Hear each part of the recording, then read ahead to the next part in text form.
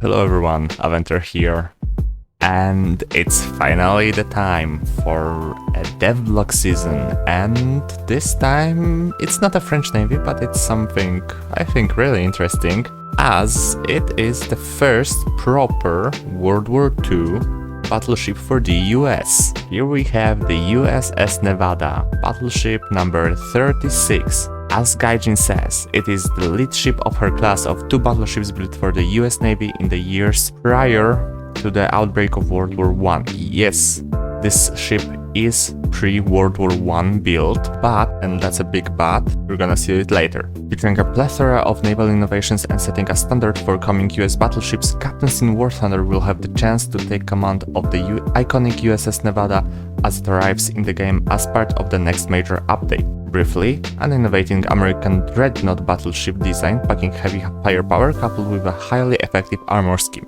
And the armor scheme is something that you can really look forward to.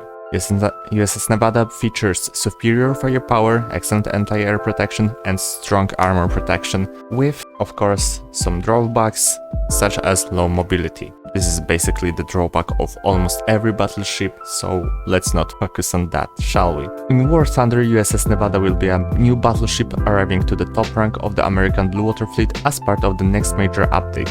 Joining the US Navy in her late war configuration, USS Nevada offers her aspiring captains not only extremely potent firepower and excellent protection, but also a highly effective anti-air arsenal, a feature which most other top capital American warships were missing up until now. Yes, besides Alaska, Wyoming and North Dakota, and even Arizona, they are not the very best when it comes to that, and Arizona, well, we don't talk about Arizona.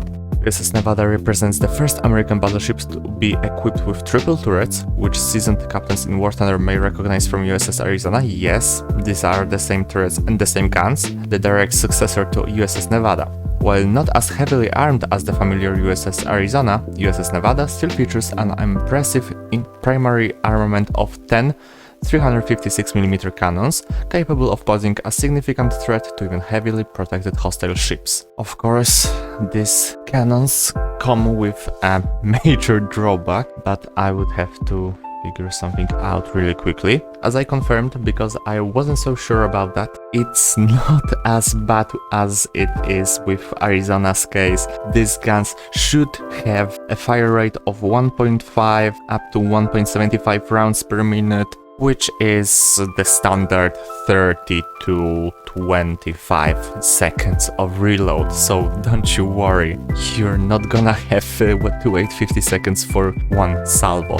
Main armament aside, however, USS Nevada manages to completely overshadow its successor when it comes to its secondary and anti-air weapons. Namely, the ship is outfitted with 8 5-inch twin turrets completed by 8 quadruple 40mm Bofors cannons, as well as up to 40 20mm cannons in single turret configuration. Because of such versatile arsenal, USS Nevada is a true floating fortress capable of inflicting heavy damage both to enemy surface units as well as incoming aircraft. So let's stop here for just a while, shall we?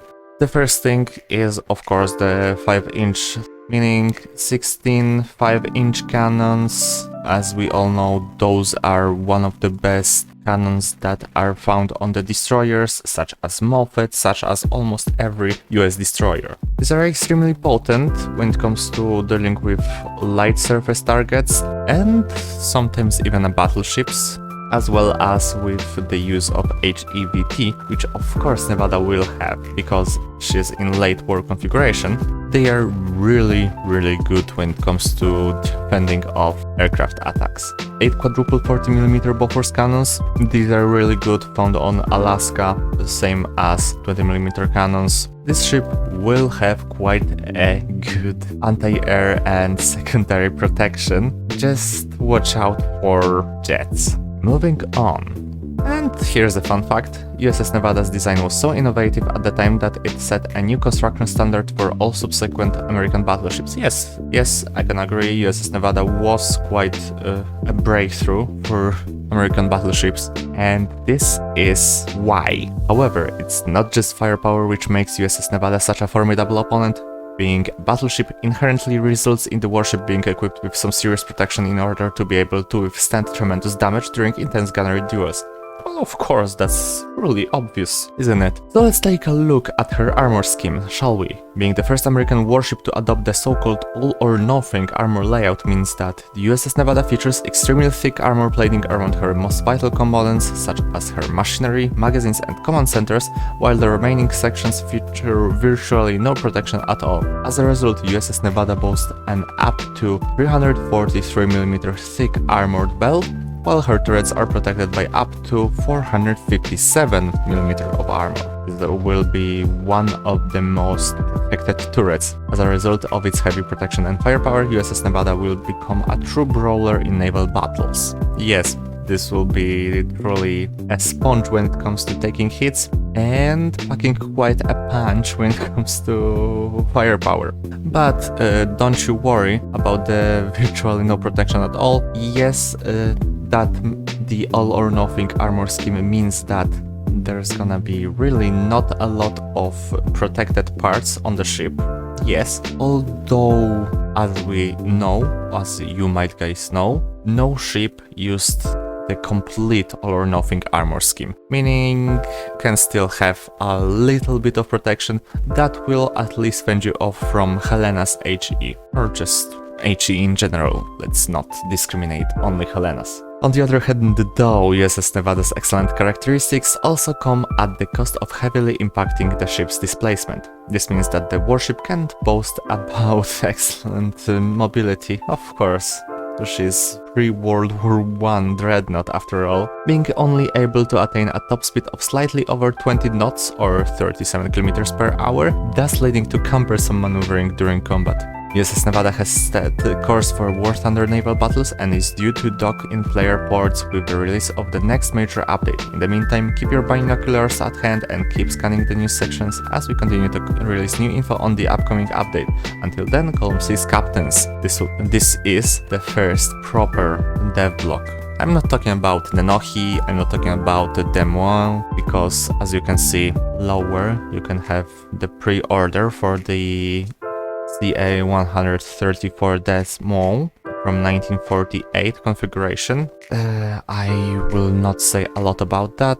I've already spoken enough about Newport News and the Mon class. And Nenohi, well, Nenohi is just Hatsuharu with some minor changes as a premium, so there's not a lot to say. I have to say this is something that I didn't expect. Yes, of course, some of us did expect a battleship coming to already existing nation, but maybe not to US. I think most of us expected a ship for either Germany or Italy, namely Bismarck or, I don't know, Vittorio Veneto. Nevertheless, it is a very nice addition, and I think the French Navy is what we all are waiting for. I'm gonna keep you guys tuned for next news. And if the French Navy is coming out, we're gonna take a look at the tech tree. So don't you worry, I'll keep you guys covered. Until then, consider leaving a like and maybe subscription button if you want to be notified about my next content. Until then, I hope you have a beautiful day, night, evening or an afternoon wherever you are. This was an Aventer out, see you next time.